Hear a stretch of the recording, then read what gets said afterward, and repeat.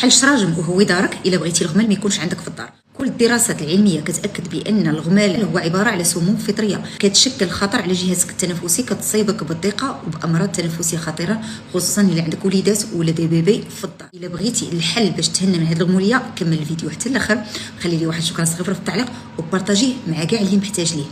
اكيد مع الشتاء الحمد لله اللي نزلات هذا العام واللي كثيره واللي ما موالفينهاش، الحيوط شربوا الماء بزاف ولاو عامرين بالرطوبه، وهذا الشيء اللي غادي يخليك تكتشف احيانا الغمال في البلاكارات، في الحوايج، في الارض، في الحيوط، في السقف، في المواعن، وهذا الشيء خطير ماشي فقط عفن ووسخ وانما امراض الله يستر كتفتك بصحتك وصحه وليداتك.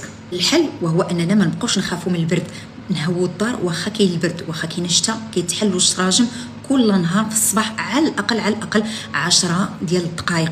الا ما قدرتيش تحل البيت اللي فيه الناس جالسين كدير تهويه غير مباشره، يعني كتمشي تحل واحد البيت اخر وكتنفس منه الدار.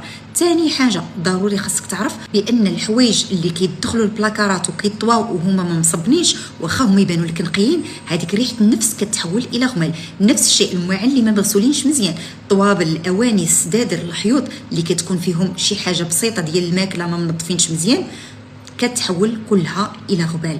وباش تحيد الغمال عندك طرق غادي تختار منها داكشي اللي كيناسبك، اسهلها وهي الخل الابيض مع البيكربونات ديال الصودا، كنخلطهم في شي قرعه بحال هذه وكتمسح بهم الحيوط ديالك تعقيم زوين الا ما عندكش مع جافيل ولا كضرك الريحه ديالو.